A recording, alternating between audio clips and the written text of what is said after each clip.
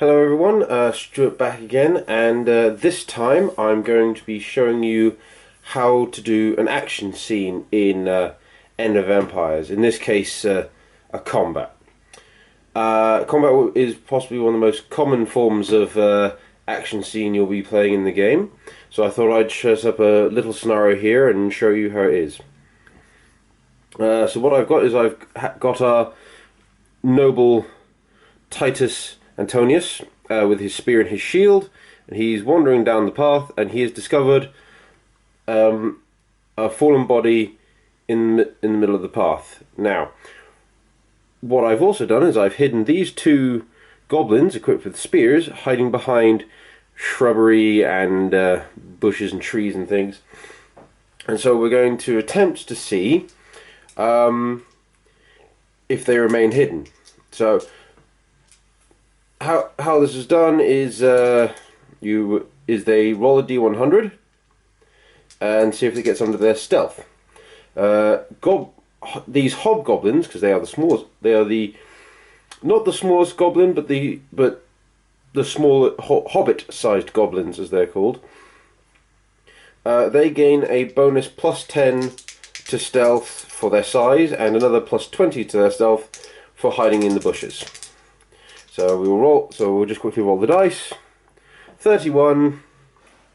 That is much under their stealth. So they have gotten 4 degrees of success because they get 1 success for rolling under their stealth. In fact, and then they've got a bonus 3 because it's under 63, and in fact they actually gain another 3 for everything else. So they've actually got 7 degrees of success. So Titus is going to have to roll a very good searching check in order to spot them. In fact, I don't even think he can. Nope, he succeeded, but he only got 1 success compared to their 7. So he doesn't spot either of them. So our poor Titus is wandered into a trap. So what happens is that there will be a surprise round. Now, more on that in a second. The first thing that must be done is, of course, initiative. How fast do they react in each turn? How End of Empires differs from other games is that normally your reactions will be based on how fast you react. Instead, it's how well you are at spotting your opponent's reactions. So you actually add your perception in this rule. So what I'm going to do is I will you roll a single d10. So this one for Antonius. He rolls a 1, adds his perception bonus of 1, so he's going on 2. And the hobgoblins roll a 7 and add their perception of 2, because they have a perception of 25, so they are going on 9. So it looks like poor Antonius is going to be ambushed.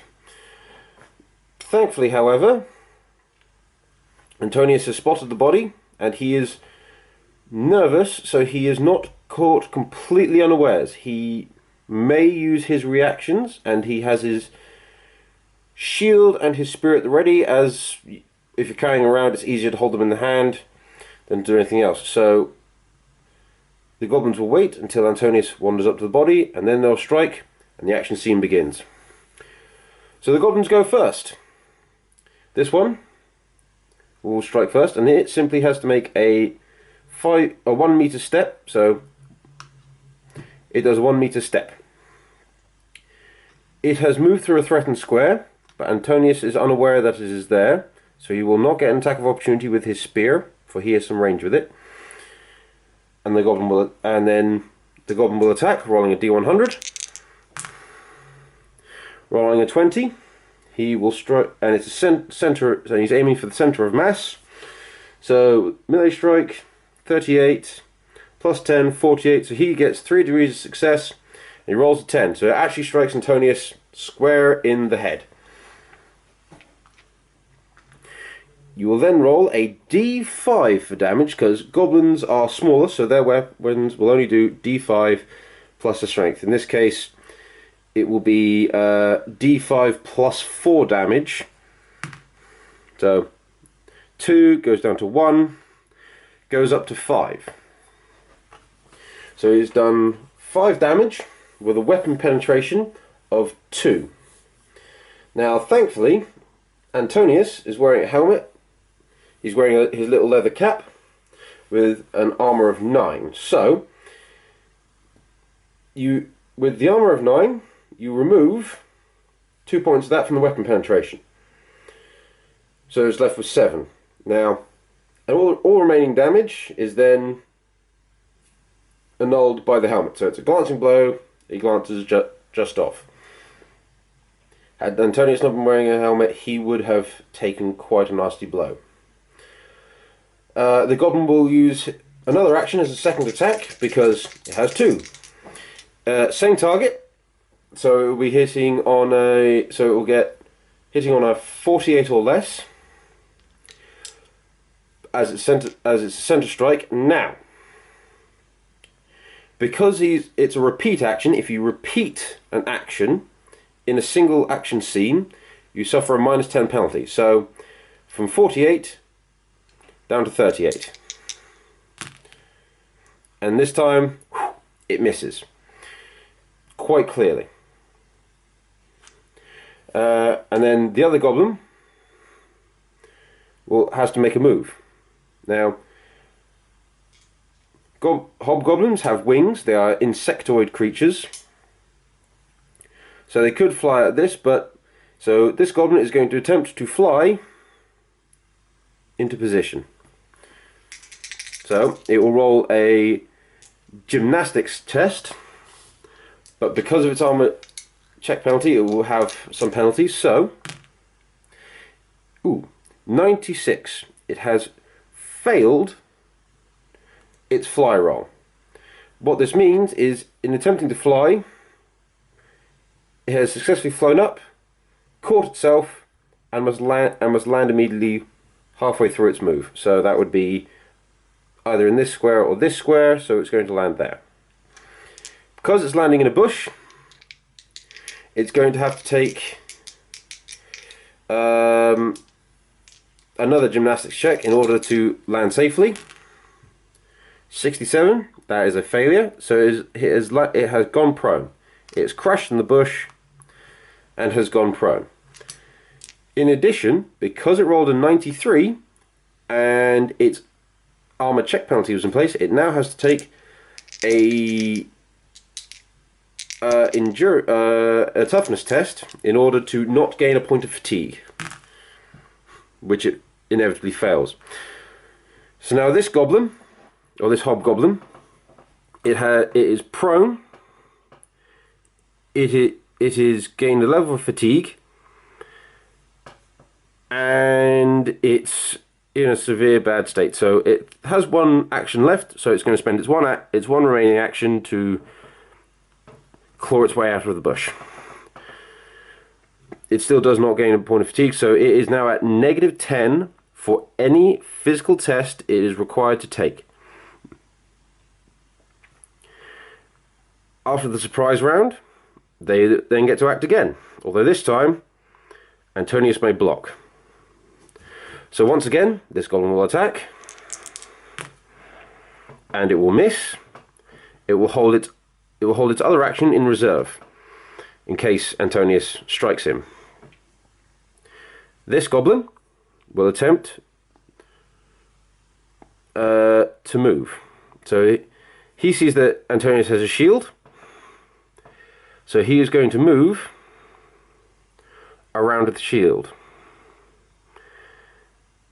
Now Antonius has a weapon with a range of 1.5 meters. This means that if he had 1 meter range, he could strike any space around him, like these goblins can with their spears, but he can also strike in any of these squares as well. As this goblin is deciding to move from there to there to get around his shield, Antonius gains an attack of opportunity He will be at a -10 because the weapon is 1.5 meters long, so he has to reach a little bit, so he gets -10. 39 with one-handed, even with a -10, but +10 because he's striking center mass, minus another 10 for being smaller. He does miss, but it still unnerved the goblin a bit. Attack of opportunity missed. The goblin then moves through and gets to attack. Center strike, +10. Charged, so it's in an offensive stance, so it's another +10. Striking a larger creature, another +10. Rolls to hit. With a +30, it successfully strikes him again in the head. These goblins are surprisingly good at striking in the head. Again, 1d5 damage. And it goes down to 4. So 4 +4 becomes 8. Now, here's where things get deadly. Antonius' helmet has 9 armor. You lose 2 for the spear's penetration, leaving it with 7. This means that 1 damage has successfully gone through his armor. Now, because it's a head strike, you add 5 to damage. So Antonius is now so that 1 goes up to 6. This means that Antonius suffers 6 damage, but he does minus his toughness bonus, which is 3, so he takes 3 damage to the head. And because it's head strike, he must take a toughness test or take a point of stun. He succeeds because you take it because you add in your morale bonus, thud. Adding in his morale, he's well rested enough, he shakes it off easy enough. But he still takes some damage. And now, Antonius' turn. Antonius has used one of his actions to attack of opportunity, so he has 1 action left, which he will use to strike at this goblin here, as it's on his flank, and this goblin has his shield facing towards him. So he will roll to hit. He gets a -10 for striking a smaller opponent, +10 because he's going to be in striking trans mass, and he will decide to go into a full attack stance, which means he will get a -10 to his defensive skills, but a +10 to his offensive skills. Roll the dice. He rolls a 99. This is a critical failure. He will now just quickly roll on the critical failure chart and see what happens. So, if you roll a critical failure, you roll on the critical failure chart. It's 1d5 if you're not a mage, because everything above 5 is what happens if you fail a magical roll. So we roll 1. Drops item. He drops the item he was attempting to use. In this case, his spear. So he drops his spear. He is now disarmed.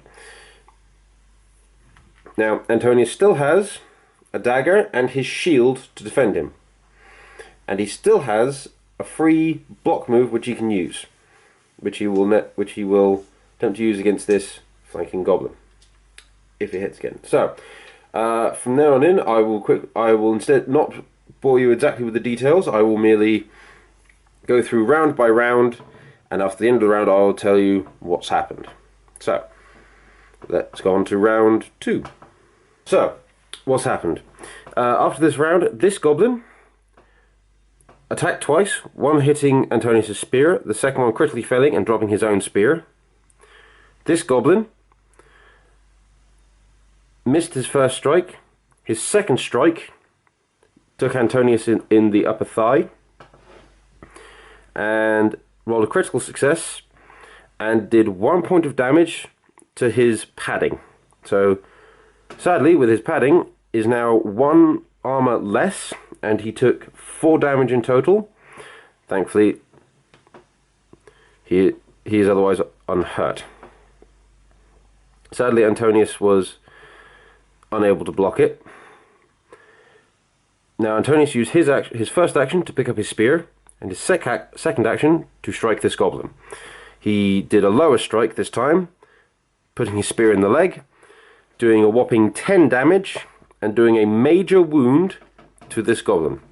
This goblin is now prone, so it can only move at half speed, and it may not sprint. It has a level of bleed from the wound.